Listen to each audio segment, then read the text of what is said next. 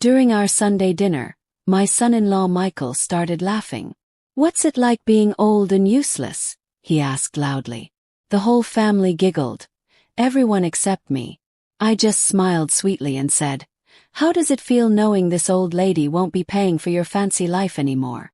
Right when I said that, Michael's happy face turned white as paper and our dinner table became like a war zone. You won't believe what happened next. Before we keep going, please click the subscribe button and tell us in the comments where you're watching from. My name is Sarah, and Michael is married to my precious daughter Emma. "Getting older must be so boring," Michael said while spinning his expensive red wine in a fancy glass. "No job to go to, no important things to do, just sitting around all day." I put down my silver fork very carefully. My delicious roast beef was getting cold on the pretty white plate. We were sitting around my big wooden table, the same table I helped Emma buy when she got married. Tonight was special because we were celebrating Michael's new job as the big boss at his company. "It has good parts and bad parts," I said back to him, watching him drink more of the wine I brought as a congratulations gift. Michael leaned way back in his chair, the chair at the head of my table where he likes to sit now during family dinners. "Look, don't get me wrong, you did okay as a nurse back in the day. But that was like, 30 years ago. Everything's different now. It's all about computers and being fast. You need a young brain to really make it big." Emma moved around in her seat, looking uncomfortable. Her beautiful silver bracelet, my Christmas gift to her, caught the candlelight. "Michael, Mom had a wonderful job. She helped save people's lives at the hospital." Sure, Michael waved his hand like he was shooing away a fly. "But let's be honest here. When was the last time you actually did something? Made something happen? Built something real?" My grandson Jake, who's only 8 years old, looked up from his chicken nuggets. "Grandma helped me build an awesome fort in the backyard last month." "That's sweet, kiddo." Michael patted Jake's head like he was petting a dog. "But Grandma needs to understand that real grown-ups take care of their families by working hard. Not everyone gets to just relax all day while other people do the heavy lifting." The quiet felt really uncomfortable. Emma tried to laugh but it sounded fake. "Maybe we should talk about something else. Sophie, tell Grandma about your art class." But Michael wasn't done talking yet. He'd gotten this new fancy job and felt like the king of everything, plus the wine was making him say mean things. "Actually, I've been thinking about something," he continued, making big gestures with his hands. "Now that I'm making real money, like a lot of money, maybe it's time everyone started pulling their own weight around here." I knew exactly what he meant by that. For 12 long years I'd been helping them pay for things. Their house payments, car payments, the kids' school, doctor visits. 12 years of quietly helping while watching Michael spend money like it grew on trees. "Take Emma for example," he said, pointing at my daughter. "She's been staying home with the kids for so long, living off of, well, let's call it family help. Maybe it's time she got a real job again." Emma's face turned red like a tomato. She knew, just like I did, that their whole fancy life was built on my quiet help. The kids' expensive school uniforms hanging by the door, Michael's shiny black car in the driveway, their kitchen that looked like something from a fancy magazine. All of it was only possible because of my money. Little Sophie, who's 10 years old, could feel something was wrong. "Are we in trouble, Daddy?" "No, sweetheart. But it's important to know the difference between people who work hard for their money and people who just gave up trying." He looked right at me when he said that last part. The insult hung in the air like thick smoke. Emma reached for her wine glass with shaky hands. The children looked at each other with worried faces like they do when thunder gets really loud during storms. Michael leaned forward, feeling brave because he thought I was just going to sit there quietly like always. "I don't want to be mean here, Sarah, but someone needs to ask the hard questions. When was the last time you did something that mattered? When did you last feel proud about earning your own way instead of just existing?" He stopped talking for a second, enjoying what he thought was his big moment of being the boss. "How does it feel to be such a failure?" That question hit me like someone threw a cold bucket of water on my head. Emma made a shocked gasp sound.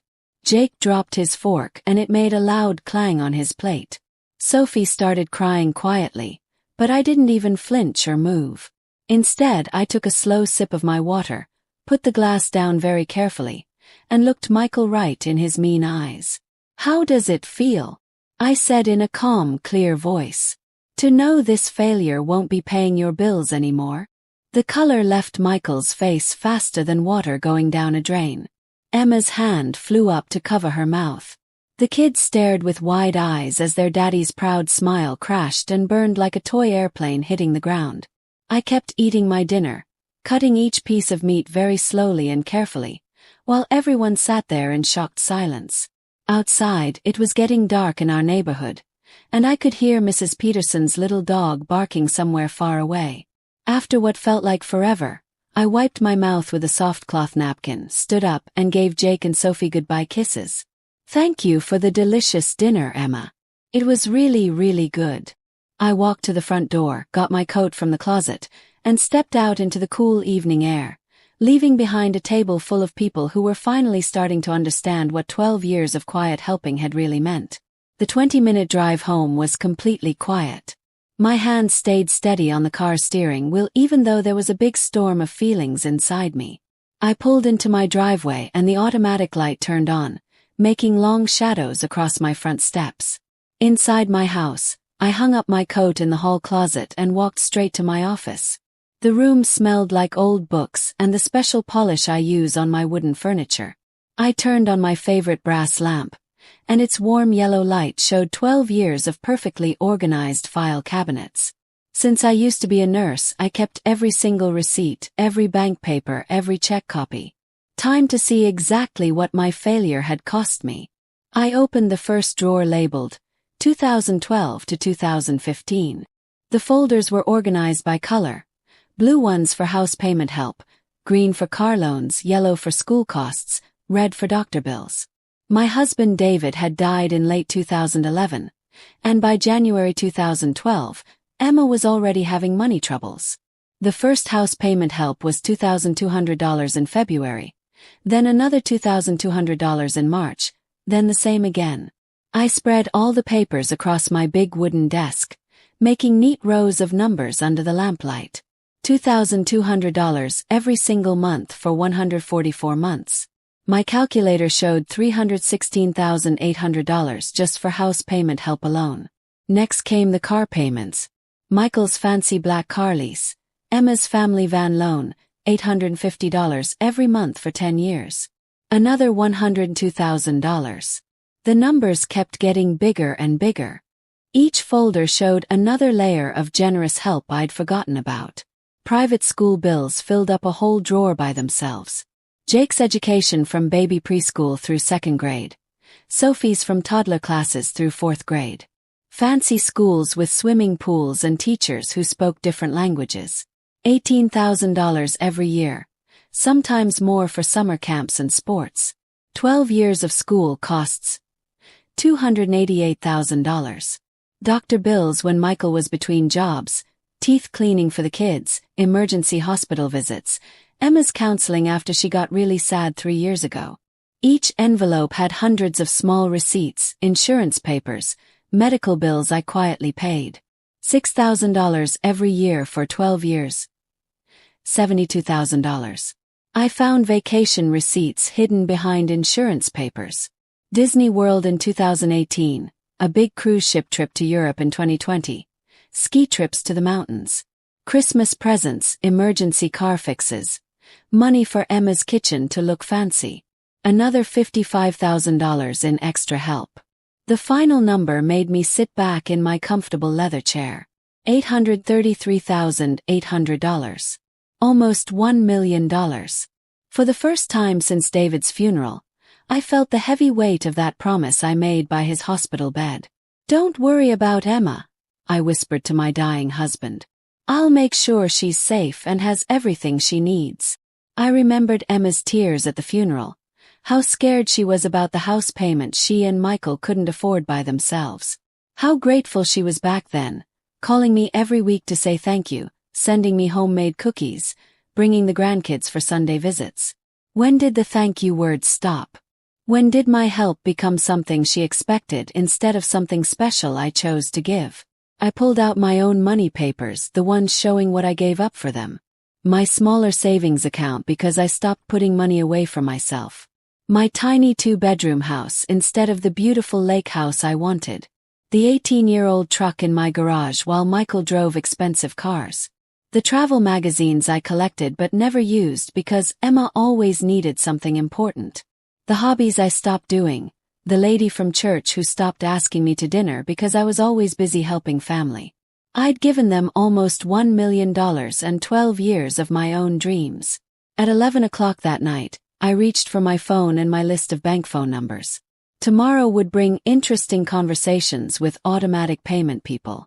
Sunday morning, my coffee tasted different. Stronger somehow. I sat at my kitchen table watching little birds fight over breadcrumbs outside my window, then went back to my office where neat stacks of papers waited like toy soldiers ready for battle. First National Bank answered after 3 rings. Account services, this is Jennifer. How can I help you today? I need to cancel automatic payments from checking account 784321567889, I said in the same steady voice I used for 12 years of nurse work. May I have the last 4 numbers of your social security number to make sure it's really you? The whole thing took 15 minutes. Jennifer was nice, professional, and had no idea she was taking apart 12 years of money help with each button she pressed on her computer. Those payments are now stopped, Mrs. Johnson. Is there anything else I can help you with today? That's everything. Thank you so much. I put a check mark next to house payment help. $2,200 per month. Colorado Mountain Insurance needed a supervisor. The fancy car lease cancellation needed me to talk to 3 different people. Each phone call was the same. Polite checking to make sure it was really me. Quick computer work, confirmation numbers I carefully wrote in my notebook. By 12:30 in the afternoon, I'd crossed off 10 things from my list. My phone rang at 12:15. Mom! Emma's voice sounded confused but not scared yet. Something weird happened with our house payment. The bank called saying there wasn't enough money in the account. But that doesn't make sense because you thought I'd keep paying forever, I finished her sentence. Silence stretched between us like a tight rubber band. What do you mean? Her voice went up high like when she was little and got in trouble. Exactly what I said last night. I'm not paying your bills anymore. But Mom, you can't just. The house payment, the insurance, Jake's school. Everything stops as of this morning. I could hear her breathing get fast and scared. This isn't funny. We'll lose our house. Then you'll need to figure out how to pay for it yourselves. The phone line went quiet with a click sound. My notebook showed 8 more calls to make. The electric company was surprisingly fast and easy. Little Mountain Academy's money office asked fewer questions than I thought they would. Each confirmation number went into my book with robot-like precision. Emma called back at 1:45. Her voice was tight with real fear now. Mom, please. I don't understand what's happening. The school called, the insurance company called, even the electric company called. They're all saying our payments were declined. Because I cancelled all the automatic transfers from MY accounts. Your accounts? The question came out like a whisper. Did you think these payments just appeared by magic, Emma? Another long quiet moment. But we never asked you to pay for everything. You never asked because you never had to ask. I just did it automatically. We can't afford. She stopped herself. Sweetie. That's exactly the point. At 1:50 my phone rang again. This time Michael's voice came through, trying to sound like the boss. Sarah, whatever silly game you're playing needs to stop right now. No game, just real life. You can't destroy our family because your feelings got hurt at dinner. I'm not destroying anything. I'm just stopping my money help. You wanted to know how it feels to be a failure. Well, now you can figure out your own bills and find out. His silence lasted even longer than Emma's. The last call on my list was to my money helper man. Monday morning we talk about putting those monthly payments into my forgotten retirement savings account. Outside, The little birds had found more crumbs to fight over. At 2:30 in the afternoon, I heard the familiar sound of Michael's fancy black car pulling into my driveway. Through my living room window, I watched him slam the car door really hard. Emma got out of the passenger seat, holding her purse tight like a security blanket. They marched up my front walkway like soldiers who thought they were going to win a battle. I opened the door before they could knock. "We need to talk," Michael said, pushing past me without being invited. Emma followed behind with red, puffy eyes from crying. "Please come in," I said to their backs, even though they were already inside. Michael stood in the middle of my living room like a king claiming his castle. "This ridiculous tantrum of yours ends right now. You will call those banks immediately and put back every single payment." "No, I won't." His face turned red like a fire truck. "You can't just cut us off without warning us first. There are legal things like verbal contracts. Show me the contract where I agreed to pay your bills until the end of time." Emma stepped forward with her voice shaking like a leaf. "Mom, please think about what Dad would want. Remember what you promised at his funeral." Talking about David hit me like a cold wind, but I was ready for this trick. "I promised to help you get stable and secure. 12 years and almost $1 million later, you're less stable than when we started. $1 million. Emma's whisper could barely be heard across the room. I walked to my desk and got my calculator and notebook. $833,800. House help, car payments, insurance, school money, doctor bills, vacations, emergencies. Should I read each category out loud? Michael's tough act fell apart for exactly 4 seconds. Then he said, "That's impossible. We never asked for that much money. You never asked for anything. You just expected it automatically." Emma fell onto my couch with her face white as snow. "But what about the children? Jake's baseball team, Sophie's dance classes. Those will continue, but I'll pay the schools and activities directly from now on. No more money going through you and Michael.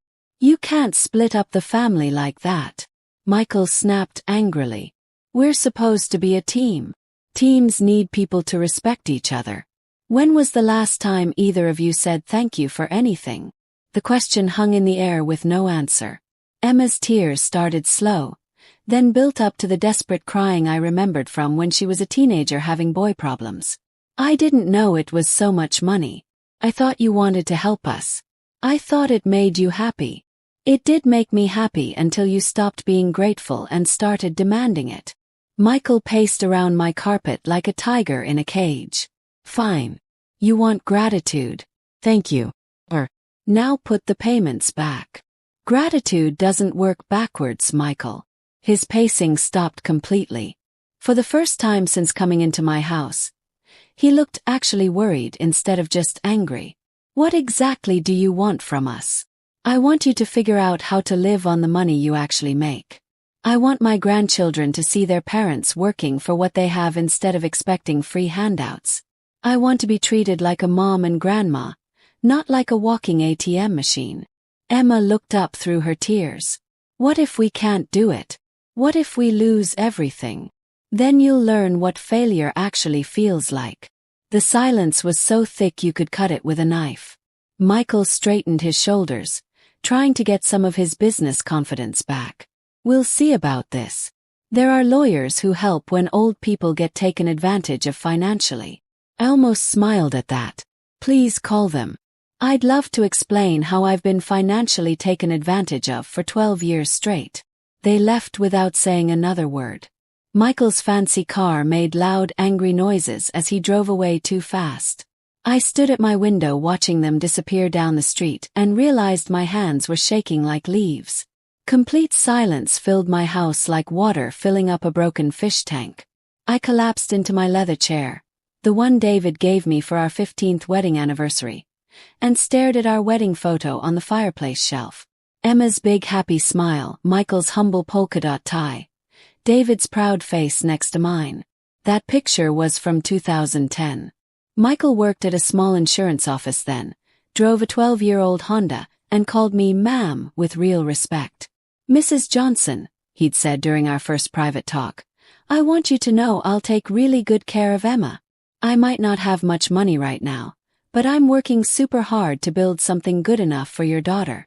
The humble sound in his voice seemed real back then. I believed every word he said. 3 years later, David was gone. Cancer took him in 5 terrible months, leaving Emma completely heartbroken and Michael scrambling to pay their small house payment on his beginning salary. The 2012 money crisis had just happened, and his company was firing lots of people. At David's funeral, Emma fell against my chest crying, "Mom, I don't know how we'll make it. Michael's job isn't safe. The house payments are too big." "Don't worry, sweetie," I whispered while holding my sad daughter. "I'll help until you both get stable and secure." Until you get stable. Not forever and ever. Those first years, Michael's thank you words were overwhelming. Handwritten thank you cards, weekend visits where he'd fix my broken fence or cut my grass. Emma called twice every week just to check on me, bringing the grandkids for Sunday dinners at my house. "Mom, you're literally saving our lives," she'd say with tears in her eyes. "We'll pay you back when things get better." The first house payment help. $2,200. "Just for 8 months," Michael promised. "Until I get promoted to a better job." The car loan help. $350 every month. "Just until we build some savings from the house." Jake's private school money. $1,500 monthly. Just for kindergarten to give him a strong start. Each just until became permanent and expected. Each temporary help became something they counted on forever. By 2015, the thank you cards had stopped coming. Michael's weekend visits became occasional times when he'd drink my soda and complain about his mean boss. Emma's grateful phone calls became monthly requests for more help. "Mom, can you pay for Sophie's art classes? It's only $150 a month." "Mom, the kids need new tablets for school." "Mom, our vacation rental got cancelled. Can you help us find a different place?" The word please disappeared first, then thank you. Finally, even can you became you need to. By 2020, Michael had stopped saying anything about my help at all.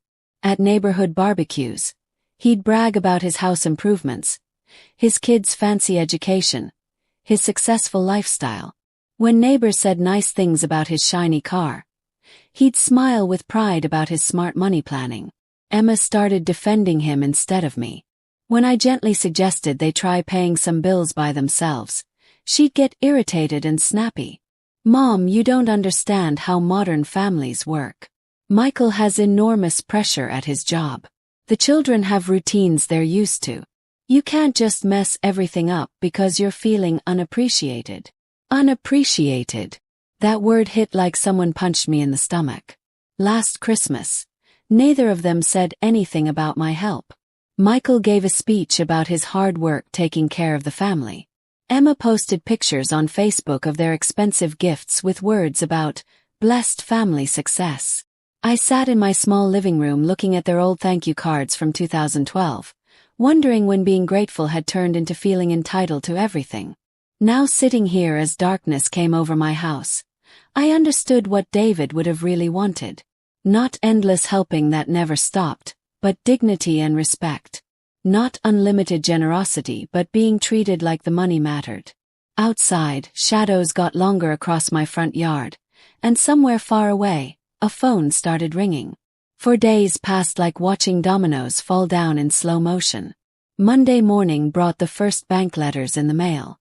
Emma called at 10:15, her voice thin and scared. "Mom, they're saying our house payment failed. There's a $85 penalty fee. The bank wants $2,285 by Wednesday, or they'll start taking our house away." I said nothing at all. The silence went on and on until she hung up the phone. By lunchtime, Michael's fancy car lease company had left 3 angry voicemails about their missed $750 payment. Emma's family van loan, another $420 monthly, bounced back with a $60 penalty. Their house insurance got cancelled at 4 o'clock when the automatic payment failed completely. Tuesday brought deeper trouble like a flood. Emma called again, this time with Michael yelling loudly in the background. "We can't pay for everything."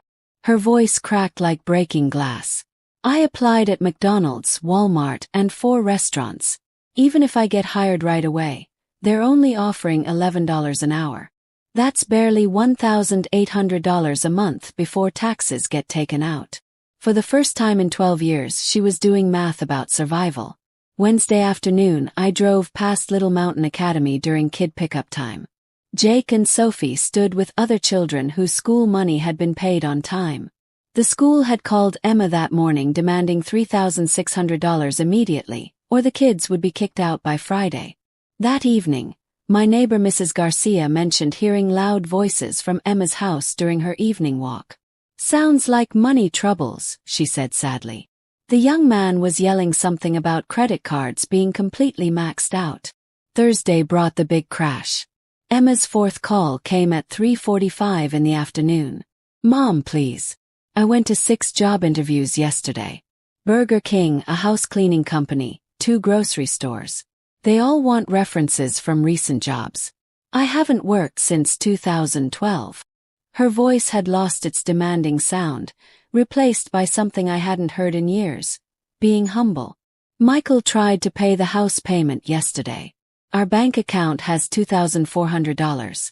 The payment is $2,285. He paid it, then realized we couldn't buy food, pay for electricity, or put gas in the cars. He had to call the bank back and cancel the payment." I stayed completely quiet. The fancy car lease company scheduled someone to come take Michael's car on Monday. They're taking it unless we pay $750 plus a $250 restart fee. More silence from me. "Mom," her voice became very tiny. "I think we're going to lose everything we have." "Yes," I said quietly. "You probably will." She started crying then, deep, painful sobs that reminded me of her teenage heartbreaks. But this wasn't teenage drama. This was grown-up consequences for grown-up choices. Friday morning, I sat in my office looking at my new money plan. Those monthly payments I'd been making would now go toward the European riverboat trip David and I had planned before he got sick, the Italian cooking classes, the photography workshop in Ireland. My phone rang at 12:45. Michael this time, and his voice had none of its previous mean arrogance. "Sarah, we need to talk like adults about how we can fix this mess." "We've already talked." "No, we need to really talk as grown-ups about how we can make this work."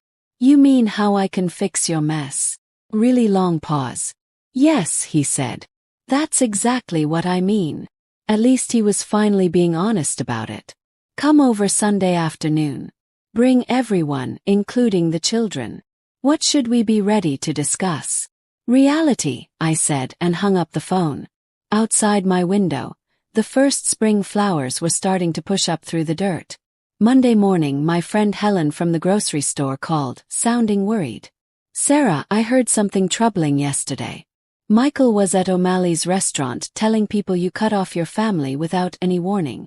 Said you're forcing the kids out of private school because you're mad about something." I put down my coffee cup very slowly. What exactly did he tell people? Called it financial abandonment of innocent grandchildren. Used lots of fancy business words. Made it sound like you're punishing Emma for something silly and small. By Tuesday, Emma had called my late husband's brother, Uncle Jim. Jim called me that afternoon with his voice tight and disapproving. "Emma says you've abandoned them when they need help the most." She was crying, Sarah. Said the children don't understand why Grandma doesn't love them anymore.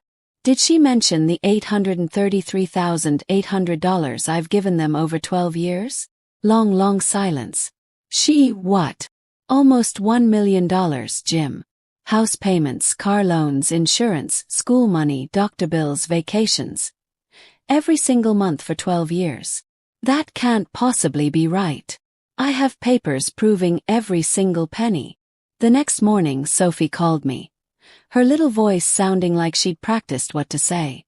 "Grandma, Mommy says we might lose our house because you don't want to help us anymore. Did we do something really, really bad?" My heart felt like it was breaking, but I kept my voice gentle and kind. You didn't do anything wrong, sweetie. Would you like me to pick you up for ice cream this afternoon? Mommy says you might say no to everything now. I never say no to ice cream with my favorite granddaughter. That afternoon at Sonny's ice cream shop, Sophie's practiced sadness melted away like ice cream in the sun as she told me about her science project. When I took her home, Emma watched from the window with sneaky, calculating eyes. Wednesday brought a more direct fight. Linda Murphy, a longtime neighbor, came up to me at the post office. "Sarah Johnson, I'm ashamed of you." Her voice was so loud that 5 other people could hear her. "Cutting off your own daughter when she needs you most. What would David think?" I looked at her calmly. David would think 12 years and almost $1 million was generous enough. Linda's angry righteousness started falling apart. $1 million. $833,800 to be exact. House help, car payments, school money, insurance payments, doctor bills, vacation expenses. Would you like to see all my bank records? Other people getting their mail had stopped to listen. Linda's face turned green. Emma never mentioned any of that. Emma mentions very little about what she gets from me, Linda. Only what she wants other people to hear. That evening Helen called again. Michael was back at O'Malley's tonight, trying the same story. But Rick Thompson was there. Remember Rick? He sold them that fancy car 4 years ago. What did Rick say? Asked how Michael could afford a $55,000 car on his salary. When Michael started making excuses, Rick mentioned he remembered you co-signing the lease papers. The whole restaurant got quiet really fast. Thursday morning brought a call from my old hospital friend Patricia. Heard some interesting gossip at the coffee shop, but also heard your side from Helen. Mind if I ask you directly? Did you really support them for 12 years straight? Every single month since David died. And they never said thank you after the first few years. Last Christmas, Michael gave a big speech about his hard work providing for the family. Emma posted pictures of their expensive gifts on Facebook with hashtags about blessed family success. Patricia made a low whistling sound. That's really cold, Sarah. Really, really cold. Friday evening, I was watering my front flower garden when Mrs. Garcia came over to talk. "Mrs. Johnson, my daughter heard something at school pickup today. Parents talking about family drama. She said some people are questioning the story your son-in-law has been telling around town." I kept watering my pretty roses. People have a right to their own opinions. She also said you've been very generous to those children over the years. Very generous, and I love my grandchildren. Of course you do. That's never been questioned by anyone. Saturday morning, Emma called with her voice high and desperate. "People are asking uncomfortable questions, Mom. Questions about money and timelines and bank records. You need to stop spreading lies about us." I haven't spread anything, Emma. I've simply answered questions honestly when people ask me directly. You're destroying our good reputation in this community. I'm not destroying anything, sweetie. I'm just no longer paying to create false ones. The phone line went dead with a loud click. Sunday came with clear, beautiful skies and the knowledge that by afternoon we'd all be sitting in my living room again. But this time the whole community would be watching and listening. The family meeting never actually happened. By Monday morning, reality had made other plans instead. Helen called me at 9:30. "Sarah, I saw a foreclosure notice posted on Emma's front door yesterday evening. Big official paper from the county courthouse." I put my coffee down very carefully on the kitchen table. 30 days. They had 30 days to pay $9,125. 4 months of missed house payments plus penalties and legal fees. Tuesday morning brought more big changes. Michael's fancy black car was gone from their driveway, replaced by a 12-year-old gray Honda Civic. Mrs. Garcia mentioned seeing Michael at the Honda car lot looking completely defeated while Emma filled out paperwork for a much cheaper car. "The monthly savings must be really significant," she observed quietly. That fancy car lease was probably costing them almost $900 every month. Wednesday afternoon, I stopped by the grocery store and saw Emma behind the checkout counter, wearing a blue vest with a name tag, scanning people's groceries with robot-like movements. When Mrs. Patterson came to her checkout line, Emma's face turned bright red like a fire truck. "Emma dear, I didn't know you were working here now." "Started Monday," Emma said quietly, not looking up at her. "Paper bag or plastic bag?" Her work shift ended at 7 o'clock. I watched through the big window as she walked to the old gray Honda. Her shoulders bent down with tiredness. That evening, Jake called me on the phone. "Grandma, Mom and Dad are fighting again. Really loudly this time." "What are they fighting about, buddy?" "Money stuff. Dad said Mom's job doesn't pay enough to help. Mom said Dad never made enough money either. Then they said mean things about you." "What kind of mean things?" "That you ruined everything on purpose." But then Mom started crying and said maybe they ruined it themselves. Thursday morning brought the sound of loud, angry voices from their house during my morning walk. Through the thin walls, I heard little pieces of their fight. 10 hours on my feet for almost nothing. Never appreciated what we had. Your pride got us into this mess. 12 years of free handouts and now. The arguing stopped suddenly, replaced by the sound of a door slamming hard and Michael's Honda starting up with angry engine noises. That afternoon, Sophie came to visit me, her usual happy cheerfulness replaced by big worry.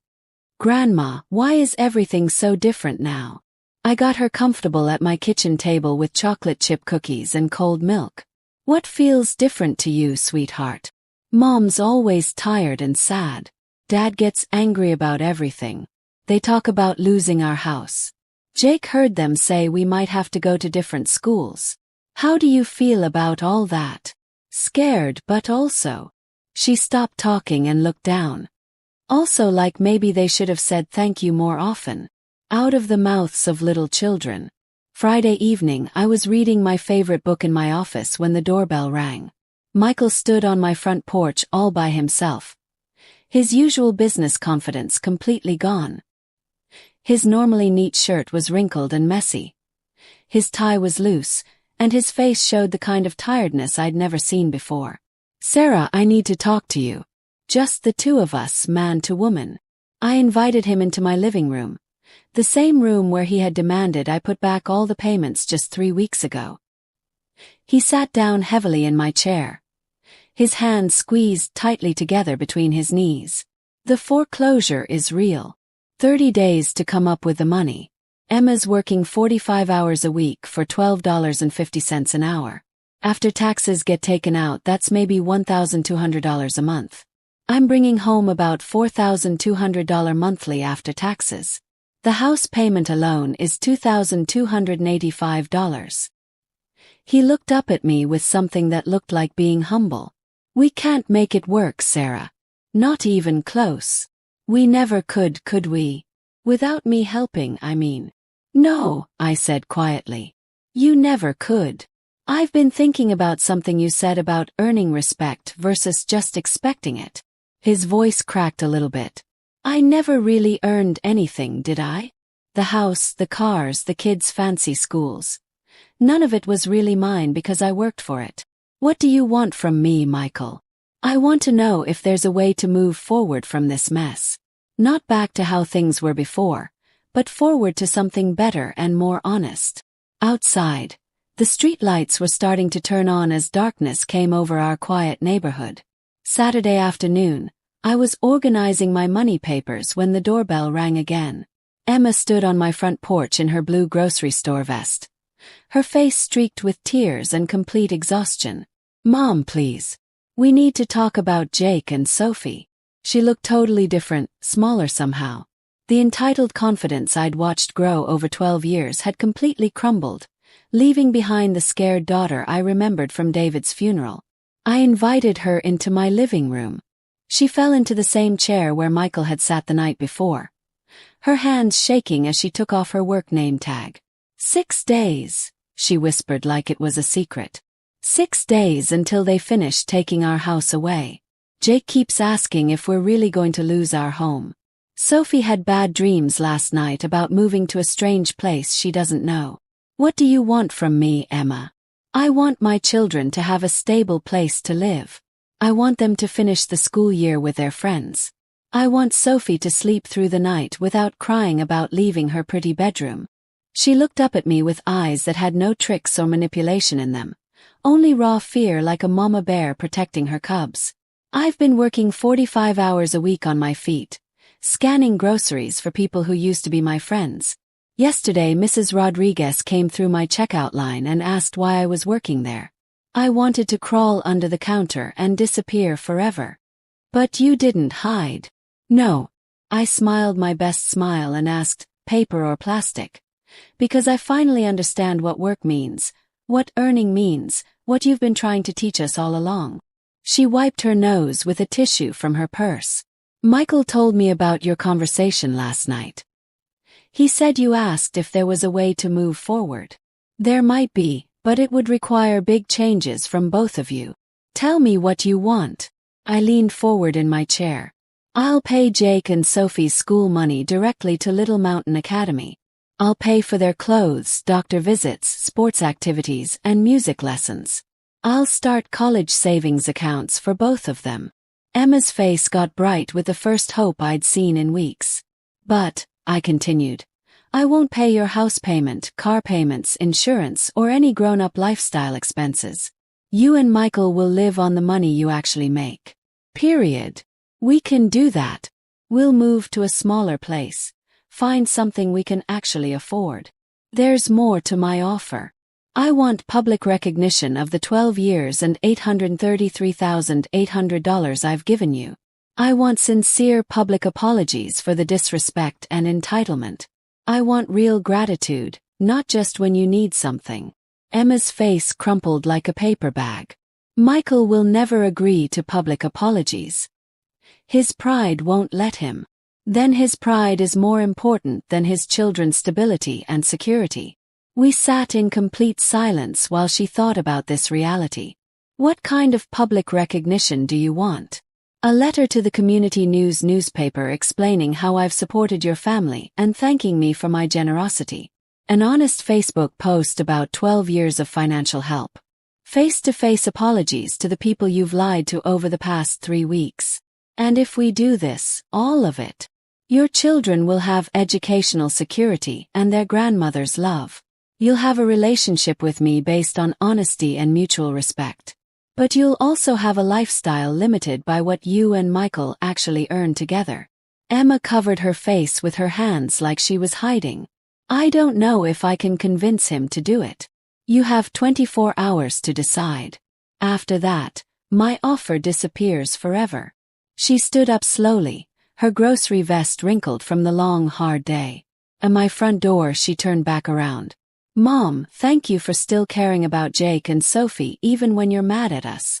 I never stopped caring about any of you, Emma. I just stopped enabling your bad choices. After she drove away in the old gray Honda, I sat in my living room watching the evening news on TV. Somewhere across town, a very difficult conversation was about to begin. Emma's Honda pulled into their driveway at 6:45. Through my neighbor Helen's later report, I learned exactly how the evening went. Michael was heating up leftover Chinese food when Emma came into the kitchen, still wearing her grocery store vest. He looked up from the microwave, noticing her red, puffy eyes and exhausted posture. Where have you been? Your shift ended at 4 o'clock.